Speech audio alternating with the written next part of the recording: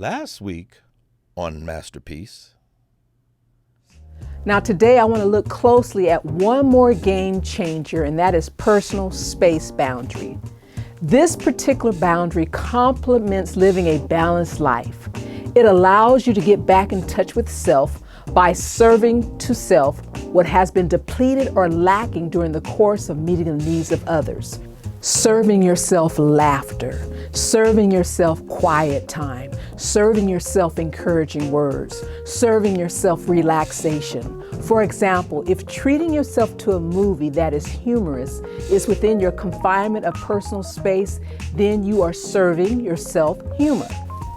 Personal space boundary is all about reestablishing respect for self and staying in touch with self while serving others. We have grown accustomed to our lives being set on autopilot. As we rearrange our schedules to make sure that daily routines, events, obligations are properly attended to, we fail to carve out some time to land in order to refuel our body, our mind, and emotions for the journey ahead.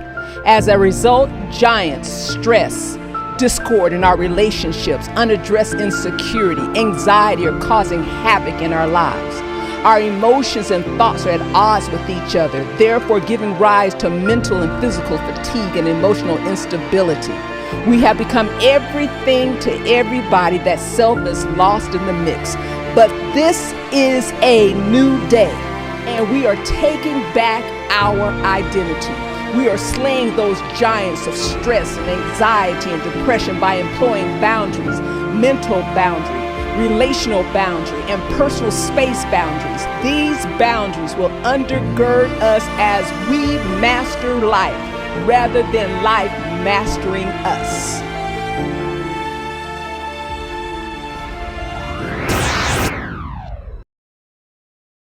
This week on Masterpiece.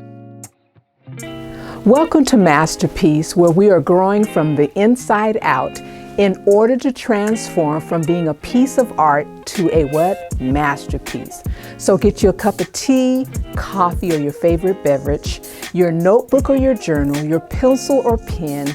I want you to call and text a close friend, a relative, a coworker, for we are going down the road called Mastering the Art of Saying No. I hope you enjoy, and don't forget to subscribe at the link below.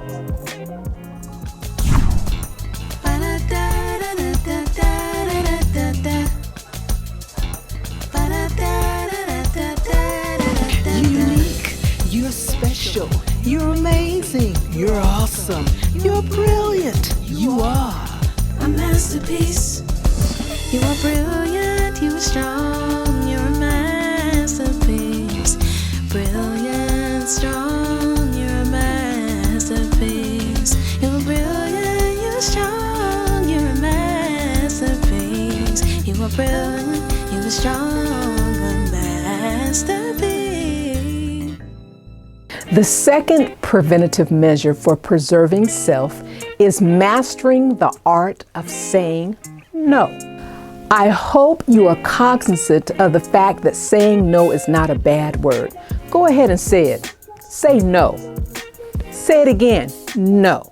Nor saying no should bring forth a strong sense of guilt, but rather an honest reality that there may be times when you are unable or even unwilling to inconvenience yourself for the sake of meeting the needs of others.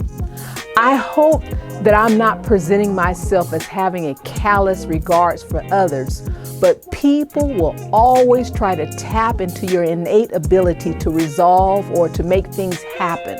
By you constantly saying yes and rarely saying no, you can possibly cause the following. Number one, the individual being served the opportunity of becoming more independent and less interdependent. Number two, interference with the timing in which an individual should actually experience or receive the tangible manifestation in his or her life. For example, parents who endlessly say yes to their child, especially when a child is immature and irresponsible, can in many cases thwart his or her ability to grow and develop in the areas of patience and even respecting the words not now or no and process accordingly. In addition, endless, yes, prematurely expose the child, including adults, to things or events that he or she may not be mentally or physically prepared to not only handle, but also appreciate. And number 3, inner resentment begins to paint pictures on the canvas of your imagination of you being frustrated, anxious, annoyed towards the person or group of people you are serving. And number 4, disappointed with self for always saying yes when you really want to say no. Now, Cheryl, you may ask, if I find it difficult to say no, what are some steps I can take towards saying no? Well, I'm glad you asked. Number 1, change your perception regarding the word no. No is not a bad word. See no as a decision and not a punishment. Start saying no to the small things before saying no to the bigger things. Number 2, do not be quick to respond. Analyze the request being made first and then determine the following. Does the request compromise my character? Does it compromise what I believe? Will it put me in harm's way or the person waiting on the response? Why am I saying yes? Is it because I do not want to be rejected, but rather accepted? And will all parties involved, including me, benefit from saying yes?